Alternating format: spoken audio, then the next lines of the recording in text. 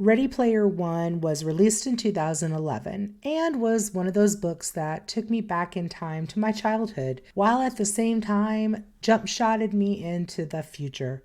It's an amazing love letter to all things 80s, and as a Gen Xer, I appreciated the nod, all things that made that time of my life awesome. From movies and books to music and even clothing, it was a walk down memory lane to a time when I was free from cares, bills, and parental control. Nostalgia at its finest. The book is set in 2025, and it does give us a bleak look at the future. Fossil fuels are depleted, population has exploded, and climate change is way past the point of no return. The world is so bad that people spend most of their days in a virtual world called the Oasis.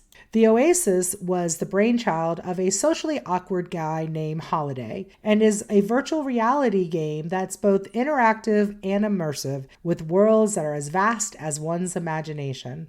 In the Oasis, you can work, go to school, basically find a way to escape the horrible reality that most people found themselves in. And as if that weren't enough, most people in real life had to live in cities that were surrounded by trailer parks that are double wide and stacked 15 to 20 stories high. And in one of those double wides, we meet our hero, Wade Watts. The Oasis made Holiday rich, but not really happy. And upon his death, he set up this virtual world to keep going, but he also created a way to keep everybody intrigued even after he was gone. He created a Willy Wonka type of game, and if you won, you would gain full control over the Oasis and all of that money and power that came with it. There were 3 riddle-type quests that people would have to solve, and once it was solved, there would be a challenge that was associated with each riddle, and once that was completed, the person would get a key: copper, jade, and crystal in order of each round.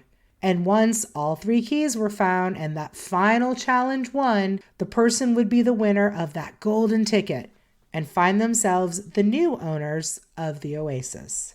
Wade loves the Oasis, and inside the Oasis, he was known as Parzival. So, wanting to win, Wade teams up with his best buddy Ash, and along the way meets other virtual characters who soon become known as the High Five, and together work and help each other on their journey to find the keys and win the game. And of course, we have to have our bad guys, and they are known as IO, and they are trying to take control and will stop at nothing to ensure that the High Five do not win. The book itself, amazing. I loved it. Not only for its nod to the 80s, but for the way the author provided such a detailed world building of what life was like for those characters. It's a story of hope, rooting for the underdog, and even has a slow burn romance connection too. Then, in 2018, the book was taken to the big screen.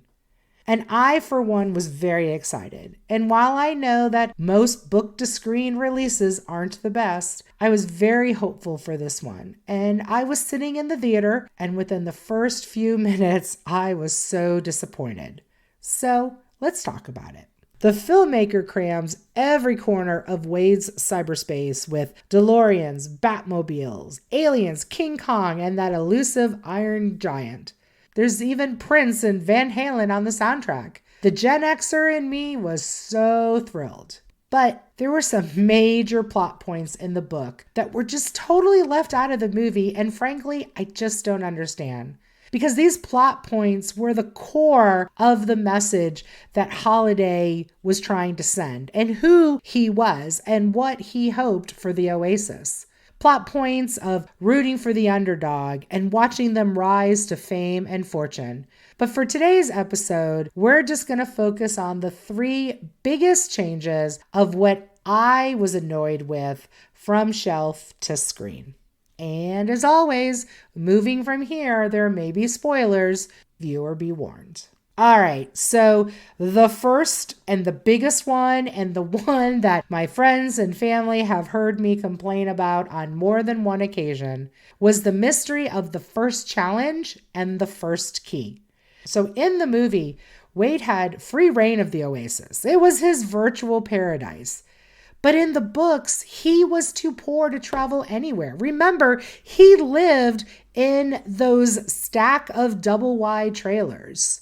He couldn't go anywhere beyond the boring starter planet and his public school, which was located on Ludus.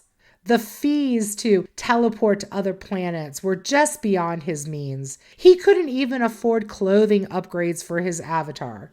The only way he could access the Oasis was through his schooled issue console and visor. Holiday knew that this was a reality for the majority of people. Because of this, he set that first challenge to be found on Ludus, that free planet that everybody had access to. And this is such a huge plot point. He made sure that anyone would have the means and the ability not only to participate in the game, but to win. In the book, this first quest was like a Dungeons and Dragons type of quest, hidden in the empty wilderness of Ludus.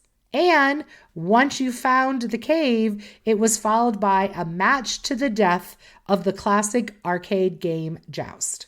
But once you win, you are given in-game money.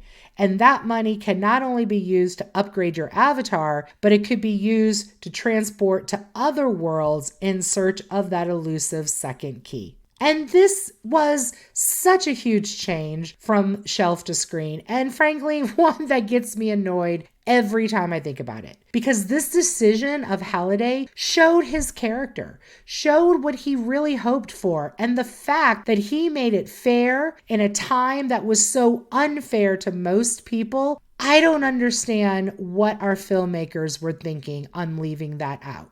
The movie just skipped it. It didn't showcase how important that decision was, and frankly, to me, just takes away from the whole point of the game. All right, second point. The movie makes James Holliday's love for Ogden Morrow's wife central to the whole Anararch's quest, right? It showed Holliday pushing Morrow out of the company and all of the drama that unfolded with that. But in the book, where, yes, Holliday does have a crush on Kira, but the primary reason Morrow left is because he felt that they were no longer a video game company and that the Oasis had caused humanity to run from their problems instead of fixing them. Now, I will admit, at the end of the movie, viewers do get a nod to this in Morrow's responses to Wade, but it becomes a much bigger issue in the movie than I felt the book intended. And then my final point, in the movie, Parzival wins a quarter in a bet with the virtual guide in Holliday's library. And then in the book, it happened during his search for the Jade Key, when he played that perfect game of Pac-Man. So while maybe this doesn't sound like a huge discrepancy, because truly in the end, he does get the quarter either way, and it's just different in the way they're found. I don't know. I think it would have been fun to see him play that perfect Pac-Man game, if nothing more than for nostalgia.